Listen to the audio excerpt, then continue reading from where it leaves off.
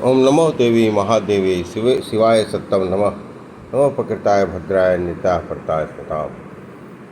अथ द्वितीयोऽध्याय। श्रीमद् देवी भागवत के महात्म्य के प्रसंग में स्यमंतक मणि की कथा। ऋषिगण बोले, महाभाग वासुदेव जी ने अपने पुत्र को किस प्रकार प्राप्त किया। वन में भ्रमण करते हुए श्री कृष्ण जी ने प्रसेन को कैसे खोजा। हे सुमंते, हे सूत जी, किस विधि से और किससे वसुदेव जी ने श्रीमद् देवी भागवत पुराण का श्रवण किया। आप हम लोगों को यह कथा बतावें। सूत जी बोले, भोजवंशी सत्राजित द्वारकापुरी में आनंद पूर्वक निवास करता हुआ सूर्य की आराधना में तत्पर रहता था। वह सूर्य का परम भक्त और उसका मित्र था। कुछ समय के पश्चात सूर्यदेव उसके ऊपर प्रसन्न हो गए और उन्होंने उसे अपने लोक का दर्शन कराया। उसकी भक्ति और प्रेम से अनंत प्रसन्न हुए भगवान सूर्य ने शस्त्राजित को श्यामंतक मणि दे दी और वह उस मणि को अपने गले में धारण किए हुए द्वारका आ गया।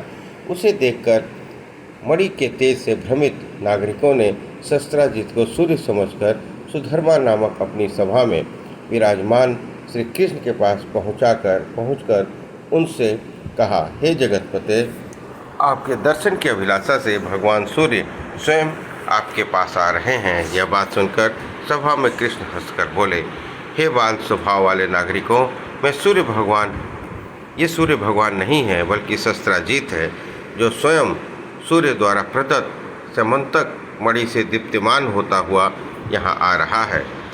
उसके पश्चात ब्राह्मणों को बुलाकर शस्त्राजित ने स्वस्ति वाचन कराया और भली भांति पूजन करके उस मणि को अपने घर पर स्थापित किया। वह मणि जहाँ रहती थी वहाँ किसी प्रकार की महामारी, दुर्भिक्ष, उपसर्ग, भूकंप आदि प्राकृतिक संकट का भय उत्पन्न नहीं होता था। और उस मणि की एक विशेषता यह थी कि वह नित्य 8 भर स्वर्ण दिया करती थी। तदंतर एक दिन शस्त्राजित के भाई प्रसेन ने उस मणि को गले में धारण कर सिंधु देशीय घोड़े पर सवार होकर आखेट के लिए वन की ओर प्रस्थान किया। वहाँ वन में किसी सिंह ने उसे देखा और घोड़े सहित प्रसेन को मारकर सिंह ने वह मणि स्वयं ले ली। इसके पश्चात महाबली ऋषराज जाम्बवान ने मणि धारण करने वाले उस सिंह को अपनी गुफा के द्वार पर देखकर उसे मारकर मणि स्वयं ले ली। पराक्रमी ऋषराज ने वह मणि खेलने के लिए अपने पुत्र को दे दी और वह बालक भी उस प्रदीप्त मणि को पाकर उसके साथ खेलने लगा। कुछ काल बीतने पर जब प्रसेन के वापस न लौटने पर शस्त्राजित अत्यंत दुखी हुआ और सोचने लगा कि मणि लेने की इच्छा से न जाने किसने प्रसेन को मार डाला। इसी बीच द्वारिकापुर में नागरिकों की पारस्परिक बातचीत से किसी प्रकार यह किंवदंती फैल गई कि मणि के लोभ के वशीभूत श्री कृष्ण ने ही प्रसेन का वध किया है।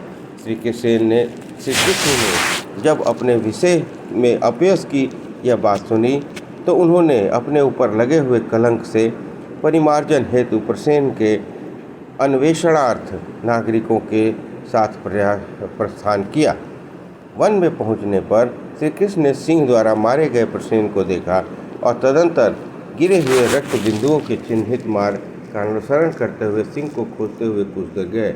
उसके पश्चात एक गुफा के द्वार पर मरे हुए सिंह को देखकर भगवान श्री कृष्ण करुणा युक्त वाणी से नागरिकों से बोले, मणि का हरण करने वाले को खोजने के लिए मैं इस गुफा के भीतर प्रवेश कर रहा हूँ। जब तक मैं वापस ना आऊँ तुम लोग यहीं पर ठहरो। वे द्वारकावासी ठीक है ऐसा बोलकर वहीं पर ठहर गए और कृष्ण गुफा के भीतर प्रविष्ट हुए जहाँ जाम्बवान का घर था। तत्पश्चात वहाँ पहुँचने पर श्री कृष्ण ने ऋषराज के पुत्र को मणि धारण किए देखकर मणि को छीनना चाहा। उस पर उसकी धात्री धाय भयभीत होकर चिल्लाने लगी। जब धात्री की आवाज़ सुनकर जाम्बवान तुरंत वहाँ आ गया और वह अपने स्वामी श्री कृष्ण के साथ दिन रात दिन निरंतर युद्ध करने लगा। इस प्रकार उन दोषों के बीच 27 दिनों तक भयंकर युद्ध हुआ। इधर द्वारकावासी गुफा के द्वार पर 12 दिनों तक तो कृष्ण के आगमन की प्रतीक्षा करते हुए ठहरे रहे, किंतु उसके बाद वे भयभीत होकर अपने अपने घर चले गए और वहां पहुंचकर उन्होंने लोगों से सारा वृत्तांत कहा। द्वारकापुरी के सभी लोग ये सब सुनकर शस्त्राजित की भर्त्सना करते हुए अत्यंत शोक विह्वल हो गए। महाभाग वसुदेव जी ने अपने पुत्र का यह समाचार सुनकर परिवार सहित महान शोक से मूर्छित हो गए और बार बार सोचने लगे कि मेरा कल्याण किस प्रकार से हो। उसी समय ब्रह्मलोक से देवर्षि नारद वहां आ गए। वसुदेव जी ने उठकर उन्हें प्रणाम करके विधिवत उनकी पूजा की। देवर्षि नारद महामति यदुश्रेष्ठ वसुदेव जी से कुशल क्षेम पूछकर उनसे बोले, आप लोग क्यों चिंता कर रहे हैं? क्या चिंता कर रहे हैं, मुझे बताइए। वसुदेव जी बोले, मेरा अतिशय प्रिय पुत्र कृष्ण प्रसेन की खोजने के लिए द्वारका के नागरिकों के साथ वन में गया था। वहां उसने प्रसेन को मरा हुआ देखा। उसके पश्चात प्रसेन को मारने वाले सिंह को भी एक गुफा के द्वार पर मरा हुआ देखकर कृष्ण नागरिकों को द्वार पर ही रोककर स्वयं गुफा के अंदर चले गए। बहुत दिन व्यतीत हो चुके हैं, किंतु मेरा पुत्र अभी तक नहीं लौटा है, जिससे मैं चिंतित हूँ। अतः हे मुनि, आप ऐसा कोई उपाय बताइए जिससे मैं अपने पुत्र को प्राप्त कर सकूं। नारद जी बोले, हे यदुश्रेष्ठ, आप पुत्र की प्राप्ति के लिए अंबिका देवी की आराधना कीजिए। उनकी आराधना से शीघ्र ही आपका कल्याण होगा। वसुदेव जी बोले, हे भगवान, वे देवी कौन है? वे महेश्वरी किस प्रकार प्रभावशाली है और उनकी आराधना किस प्रकार की जाती है?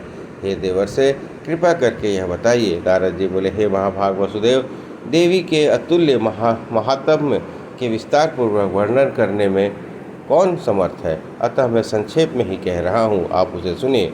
जो भगवती शाश्वत सच्चिदानंद स्वरूपा और परतरा देवी हैं तथा जिनके द्वारा यह जगत व्याप्त है, जिनकी आराधना के प्रभाव से ही ब्रह्मा इस चराचर सृष्टि की रचना करते हैं, उनका स्तवन करके भगवान विष्णु मधु कैटभ के भय से मुक्त हुए तथा जिनकी कृपा से वे विश्व का पालन पोषण करते हैं, जिनके कृपा कटाक्ष मात्र से भगवान शंकर जगत का संहार करते हैं, जो संसार के बंधन की कारण रूपा हैं, वे ही मुक्ति प्रदान करने वाली हैं, वे ही परम विद्या स्वरूपा हैं और वे ही समस्त ईश्वरों की भी ईश्वरी हैं।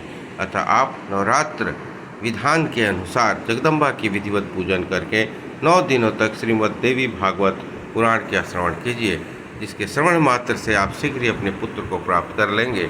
इस पुराण का पाठ श्रवण करने वाले मनुष्यों से भोग और मोक्ष दूर नहीं रहता।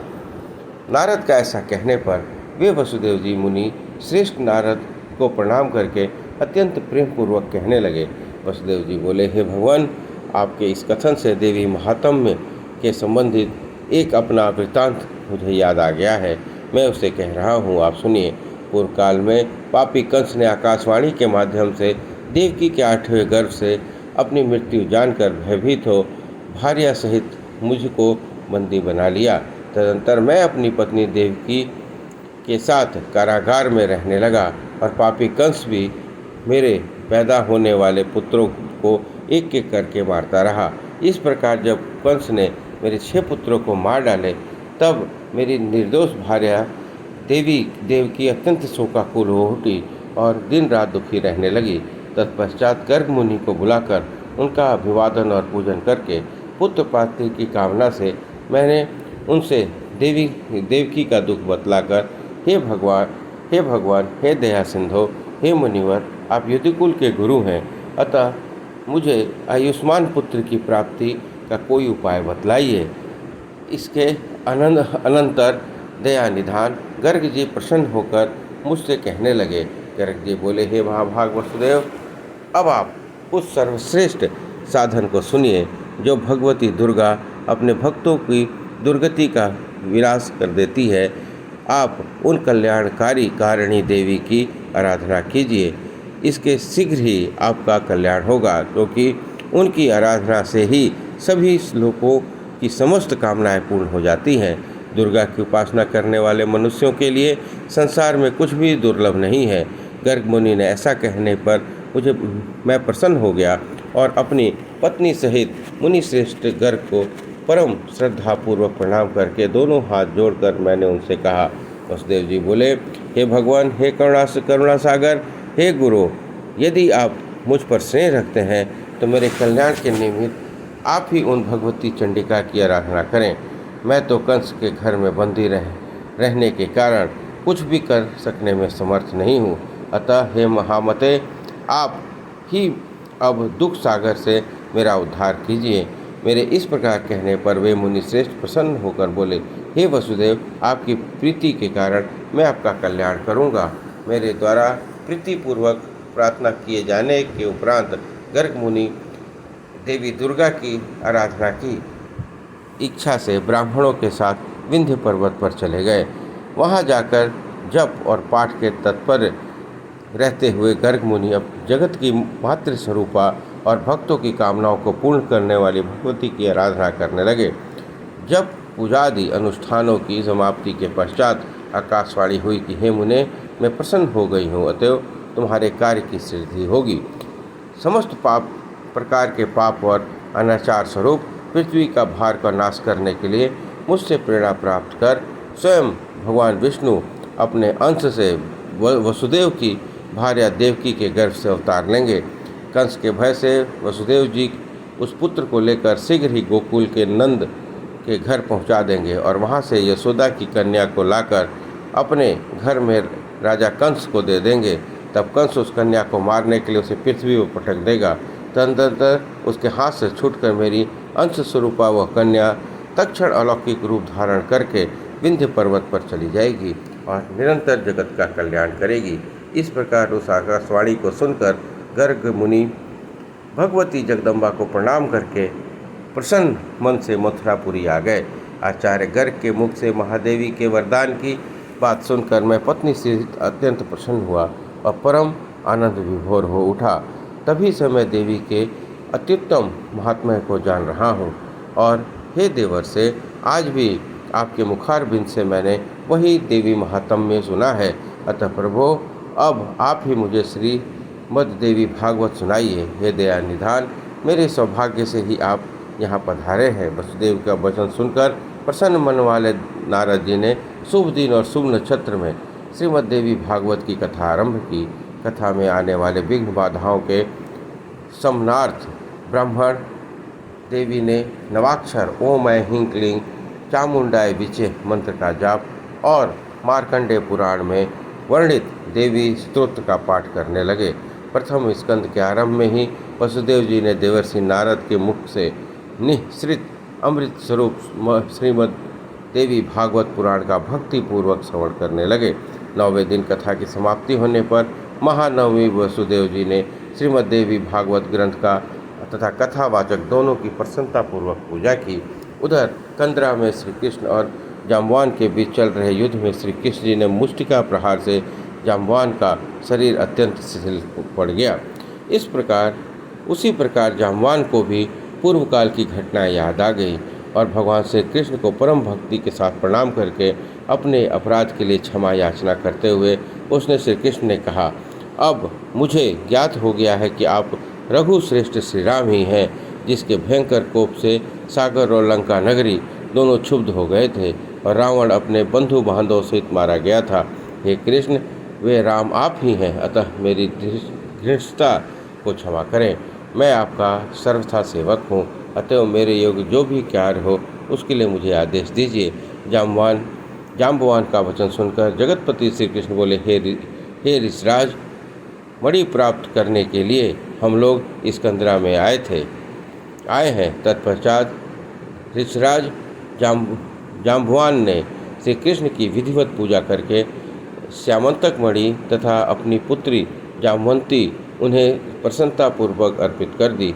श्री कृष्ण ने जाम्बवंती को पत्नी के रूप में अंगीकार करके मणि को गले में धारण कर लिया और ऋषराज जाम्बवंत से विदा लेकर वे द्वारकापुरी के लिए प्रस्थित हुए।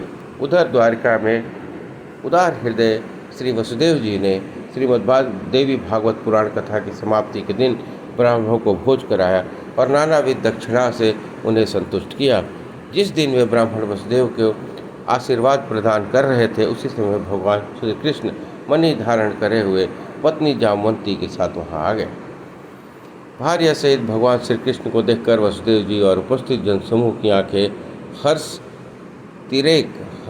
हर्षातिरेक से अश्रु से परिपूर्ण हो गई और वे परम आनंदित हुए। देवर्षि नारद भी श्री कृष्ण के आगमन से हर्षित हुए और उन्होंने वसुदेव जी तथा श्री कृष्ण से विदा लेकर ब्रह्म सभा के लिए प्रस्थान किया। जो मनुष्य निष्ठपट भक्ति और शुद्ध हृदय से भगवान के इस विख्यात और कलंकनाशक चरित्र का पाठ और श्रवण करता है, वह पूर्ण सुखी हो जाता है। जगत में उसकी कामनाएं पूर्ण हो जाती हैं तथा मृत्यु के अनंतर वह मोक्ष प्राप्त करता है। इस प्रकार देवी महात्म्य का 2वां अध्याय संपन्न हुआ। बोलिए दुर्गा महारानी की जय।